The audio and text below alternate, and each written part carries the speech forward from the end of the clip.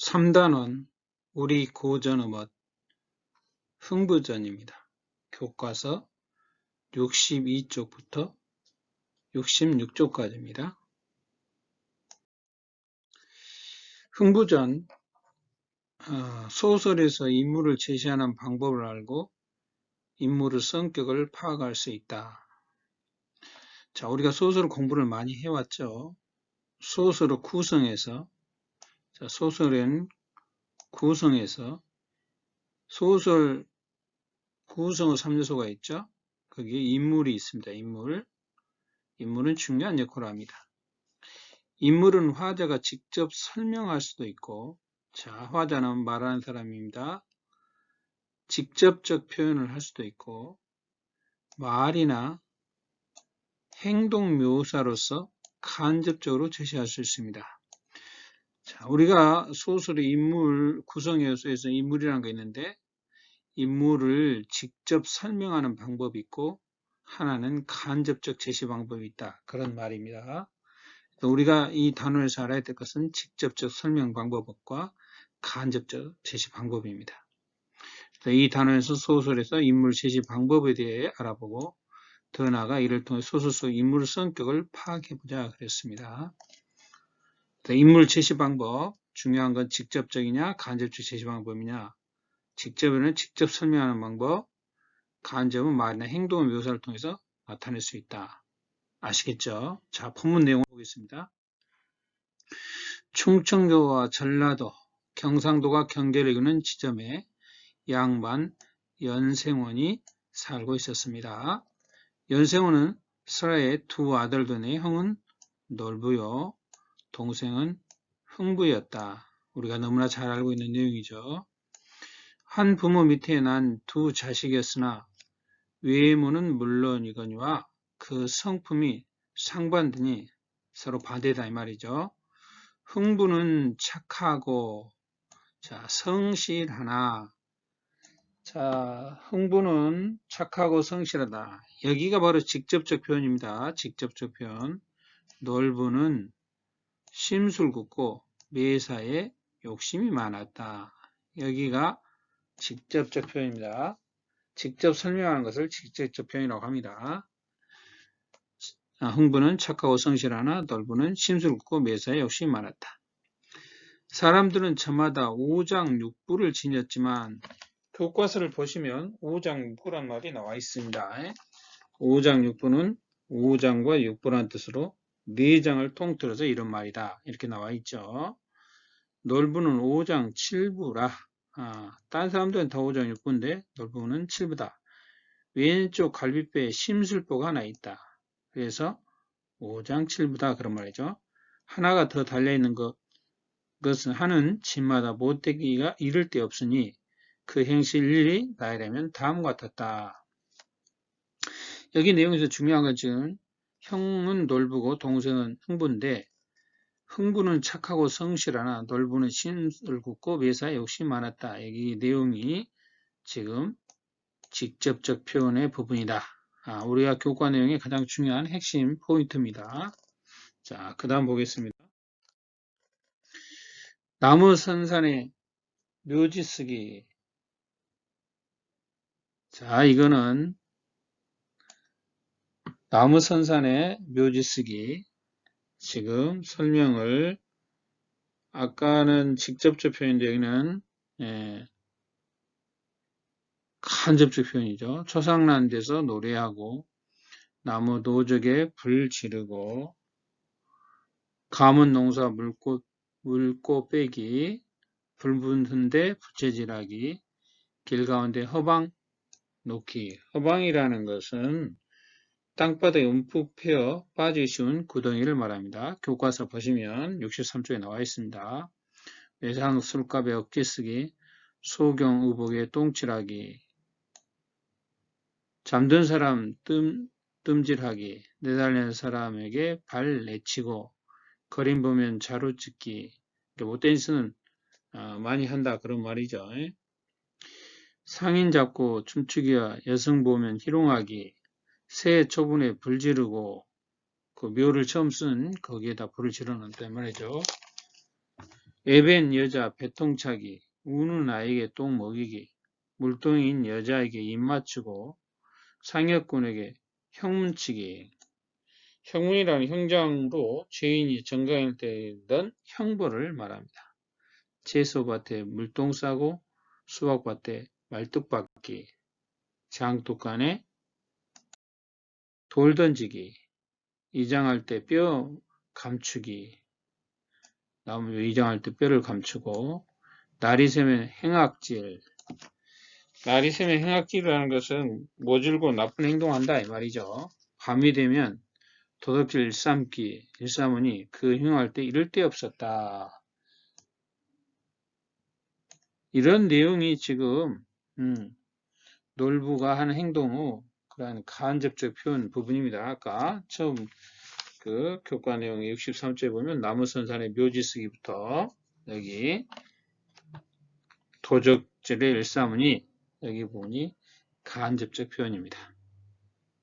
형과 반대로 흥부는 마음씨가 착하고 아까 이야기했죠. 직접 선량해서 동네의 칭찬이 자자했다. 흥부 행적을 열거하면 동네 어른들을 존경하며 이웃 간에 화목하고 동네 어른을 존경하고 간접적입니다. 친구에게 믿음이 있어 굶어 죽을 사람 먹던 밥을 털어주고 멀어서 병든 사람이 입었던 벗어주기 노인이 짊어진 짐 자차에 가져다주고 장마 때 큰 물가에 싹 안 받고 건네주고 산에서 백골을 보면 깊이 파서 묻어주며 수절과부 보쌈하면 쫓아가서 뺏어놓고 어진 사람 모함하면 대신 나서서 변명하고 기르는 어린아이는 저희 부모 찾아주고 주막에 병든 사람 본집에 기별 전하고 소식을 전한다 이 말이죠. 막 깨어난 벌레를 죽이지 않고 자라는 초목을 꺾지 않았다. 이거는 흥부의 간접적 표현입니다. 아까 직접적 표현, 간접적 표현 그런 말이 있었죠. 매일 좋은 일만 하는데 한 푼 돈도 벌지 못하니 형 놀부는 그런 흥부를 볼 때마다 심사가 뒤틀렸다. 기분이 안 좋다 이 말이죠. 부모가 모두 죽고 놀부는 흥부와 함께 살고 있었다. 형이 부지런히 재물을 모아 흥부는 늘 가난했다. 대조적이죠. 어느 날 놀부는 잠자는 흥부를 깨워 소리쳤다. 재물을 모을 생각을 하지 않고 매일같이 놀고 먹으니 그 꼴이 보기 싫어. 함께 못 살겠다. 비록 부모가 물려준 재산이 있다 하나 그것은 마땅히 장손인 나의 몫일터.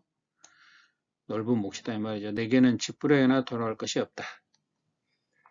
내 처자를 데리고 어서 멀리 떠나거라. 지체 떠가는 요절을 면치 못하리라. 가만두지 않겠다 이 말이죠. 재물을 모을 생각하지 않고 뭐뭐 하리라. 여기 부분은 행동, 뭐뭐 하겠다 이런 내용이 나오겠죠. 여기 부분이 간접적 표현이 되겠습니다. 놀부의 간접적 표현이죠. 자, 마음씨가 온 흥부는 땅에 엎드려 형에게 빌었다. 저를 밖으로 내치시면 젊은 아내와 어린 자식을 데리고 네 집에 가서 의탁하며 가서 살 수가 있고 무엇으로 먹여 살리겠어요? 아우하나 있는 것 어찌 외정하게 나가라십니까? 놀부가 분이 나서 화가 나서 소리쳤다. 아버님이 살아생전 글 공부시키더니 말하는 잘하는구나. 듣기 싫으니 썩 나가거라. 착한 흥부는 형의 말을 듣지 않을 수 없었다. 빈손으로 집을 나서니 불쌍한 흥부댁은 어린 자식을 등에 업고 울며 불며 따라 나섰다. 그때부터 정처 없이 이것저것 떠돌며 빌어먹기를 두었다. 이내 부끄러움도 없어졌다. 그러던 어느 날 흥부는 가족들을 데리고 다리 난간에 늘어앉아 이를 잡으며 말했다. 이거 무엇인지 아시죠? 기왕 빌어먹을 일이면 혹시 풍부한 동네를 찾아가자. 이때부터 흥부는 살만한 곳을 찾아 정처없이 돌아다녔으나 마땅한 곳을 찾지 못했다.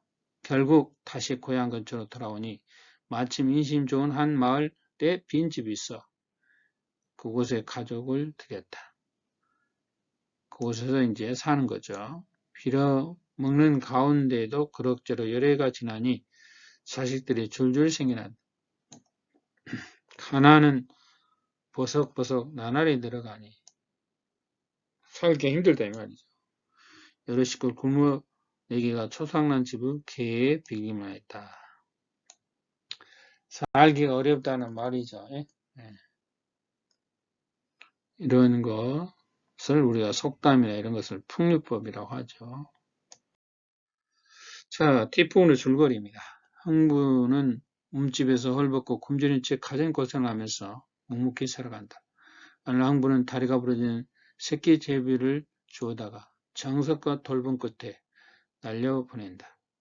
이듬해 그 제비는 흥부에게 박씨 한 개를 물어다 주었는데 가을이자 박이 여물어 박을 캐어보니 뜻밖에도 박 속에는 온갖 보물들이 끝없이 쏟아져 나왔다. 그것을 한 놀부가 흥부에게 벼락부자가 된 자초지종을 듣고는 자기도 새끼 제비 한 마리를 잡아다가 다리를 부러뜨린 뒤 실로 동여매어 날려보낸다. 즉 제비 또한 이듬해 봄에 박씨를 물어다 주었으나 놀부가 심어서 거둔 박 속에는 온갖 괴물이 나타나 그 재산은 눈 깜짝할 사이에 모두 없어지고 그 집은 아수라장이 되었다. 마음씨 고운 흥부는 그래도 놀부를 지성으로 섬겨서 함께 행복을 누렸다. 마지막은 행복한 결말로 끝났죠. 자, 여기가 교과서 본문인데요. 우리가 좀 중요하게 봐야 될 것은 흥부전이라는 것이 그 판소리계 소설이라는 사실이죠. 판소리계 소설. 이거 중요하다고 그랬죠. 판소리계 소설이다. 기억하셔야 됩니다.